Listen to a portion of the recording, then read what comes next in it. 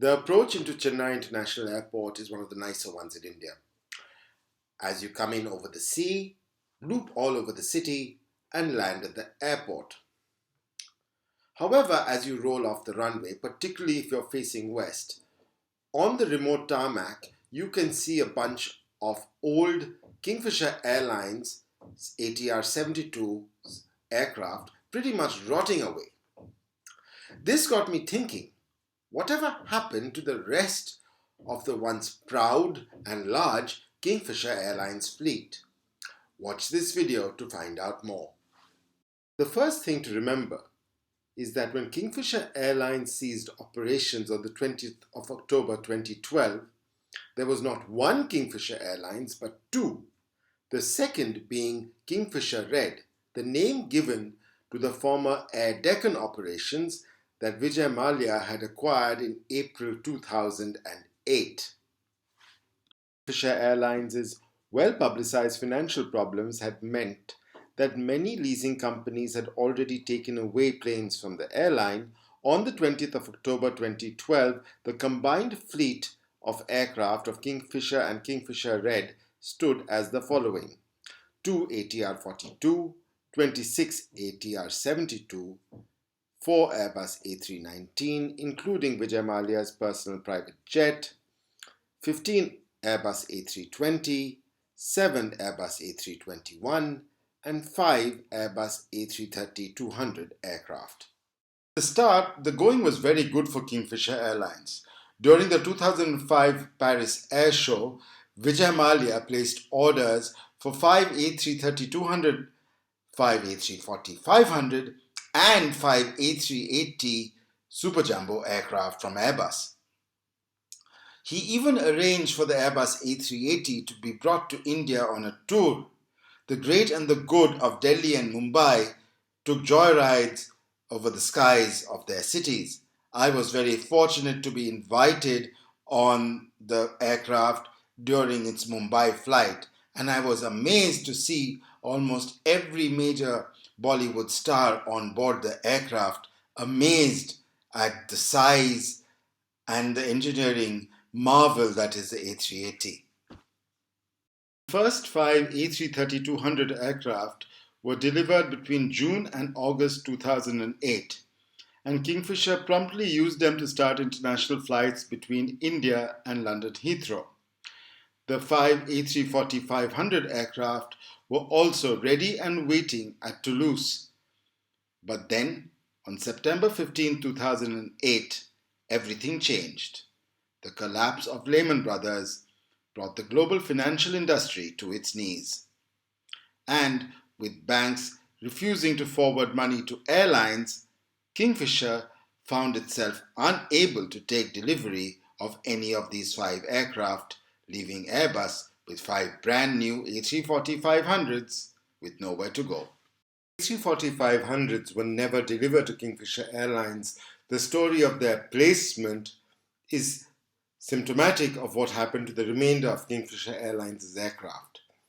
2 of these aircraft went to Nigerian carrier Aero, 1 to the government of Tunisia, and 2 to Azerbaijan Airlines. In fact, the 2 that went to Azerbaijan Airlines are the last 2 of the 500 series of the A340 still flying today.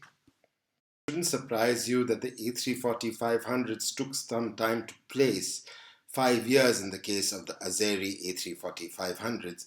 It also took some time to place the A330-200s into service with new carriers. 2 of Kingfisher's A330s went to Turkish Airlines, and they currently fly for Bulgarian charter airline Gulf Air. 2 others went to Nigerian carrier Aero, however today they are not flying. And the last one went to Vietnam Airlines, and today it operates for Russian airline iFly. The popularity of the Airbus A320 meant that the 27 A320 aircraft that Kingfisher Airlines and Kingfisher Red operated over the years found homes rather quickly. While 2 of them have been scrapped, a couple still operate for the airlines they were originally transferred to from Kingfisher, such as the 2 that went to Bangkok Airways of Thailand and the 2 that went to Scandinavian Airlines. Many of the remaining A320s went around the world operating for a host of airlines such as Pakistan's Shaheen Air, Mexico's Viva Aerobus, Vietnam's Jetstar Pacific, and even British Airways. But by far and away the largest operator of ex-Kingfisher A320s today is the Maltese carrier Lauda Europe, a subsidiary of Ireland's Ryanair. But the story of two ex-Kingfisher A320s is very interesting. Kilo Foxtrot Bravo and Kilo Foxtrot Kilo have returned to India and now fly for Indigo as VT India Hotel Sierra and India Hotel Quebec, respectively. Two of the Airbus A319s went to Bangkok Airways, and the third went to Air Serbia and is named after tennis ace Novak Djokovic. Vijay Mallya's private jet, Victor Juliet Mike, which lay rotting at a remote stand at Mumbai airport, was eventually scrapped after being auctioned off by the tax authorities. It is a sad end to one of India's most luxurious aircraft. Of the 8 A321 aircraft, 4 went to Russian airline Nordwind Airlines, 2 to Greek airline Aegean, and 2 to Turkish carrier THY. Of the 2 Turkish airlines, the former Kilo Foxtrot November was damaged when a taxiing Asiana A330 knocked off its tail.